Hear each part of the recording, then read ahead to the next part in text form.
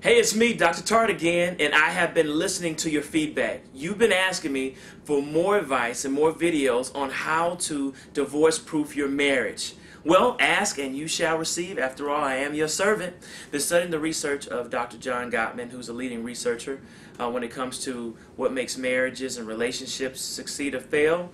And he indicates that there's two predictors of divorce, and he's able to predict divorce with a 95% confidence rate. That is absolutely phenomenal. That's crazy. So let me share with you what he said so that you can make sure that you divorce-proof your marriage, because after all, breaking up hurts. Whew! No one wants to go through that. So, number one predictor of divorce is, surprisingly, what you do when you're not arguing. So that means, how strong is your friendship? How often do you court? How often are you all talking to each other about your dreams and ambitions and doing the things that made you actually bond in the first place? Just like with your best friend. Your best friend is your best friend because you all spend time together and you do things together.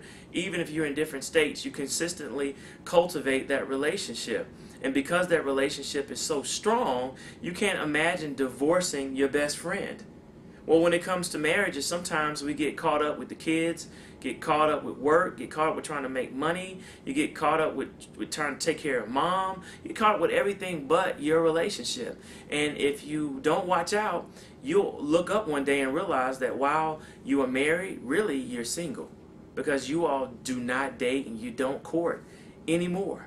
That is a definite predictor of divorce. So make sure you go back to what worked for you before, which is dating, courting, and being each other's friends. When couples divorce, the number one complaint is that they're no longer friends, and that's sad.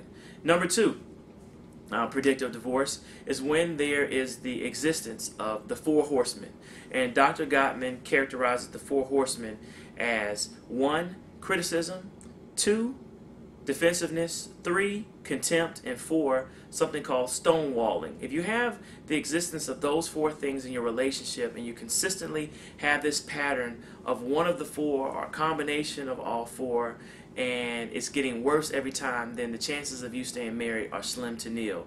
Now, when we start talking about criticism, instead of bringing up a problem in a soft way, you'll say, hey, you know, I haven't seen you in a long time. I would really love to spend time with you. You may start off with being critical and saying, you know what, you're so self-absorbed. Or why can't you spend time with your wife? You don't know to do that? Why can't you spend time with your husband? You don't know to do that? You're so critical that the person can't respond. You kind of force them to argue with you. So make sure that you avoid being critical. Bring up a problem, but do it in a soft way.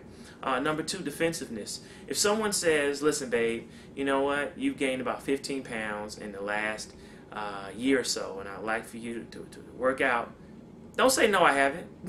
Don't say, what about what you've gained? Don't say, well, what about your hair loss? Deal with what's real. Take responsibility for what you're not doing well in your relationship.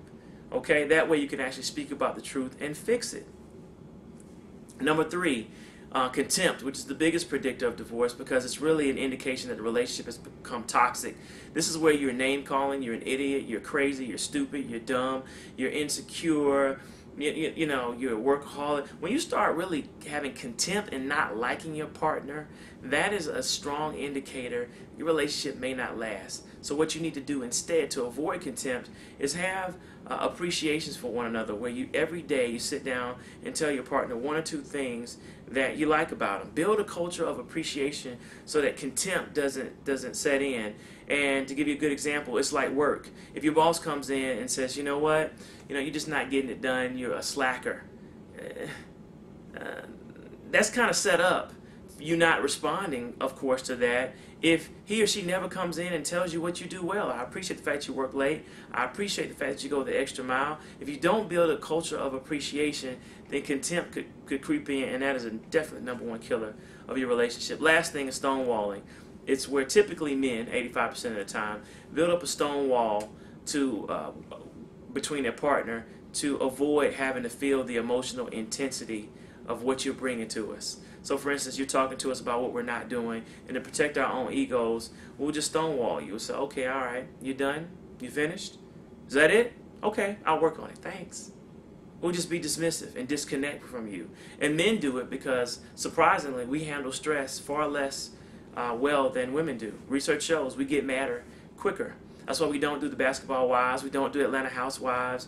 You won't see us arguing on Mob Wives. We don't have those kind of relationships. Men hate drama. We'll run. We'd rather be outside in the cold in underwear than actually argue with you. We hate that because it just drives us crazy. We're not physiologically able to handle it as well. So a lot of times we'll stonewall to avoid physical violence, avoid saying something we regret, or just avoid feeling flooded with emotions that we don't like. So ladies, make sure you keep your emotions down when you're talking to your man, and then men, we have to make sure that we stay calm and that we don't stonewall, but we soothe ourselves and keep ourselves relaxed and saying, all right, I'm just going to listen to what she has to say, make necessary corrections or let her calm down, and then keep it moving. It's not the end of the world. I'm not going to lose my cool. Okay? So I hope that helped. So make sure you get rid of the 4 horsemen in your relationship, and that when you're not arguing, that you are building your friendship and you're courting once again, because I want to see your marriages work. I love you. I'm Dr. Tart. Get busy. Let's keep our couples and our families together. Take care.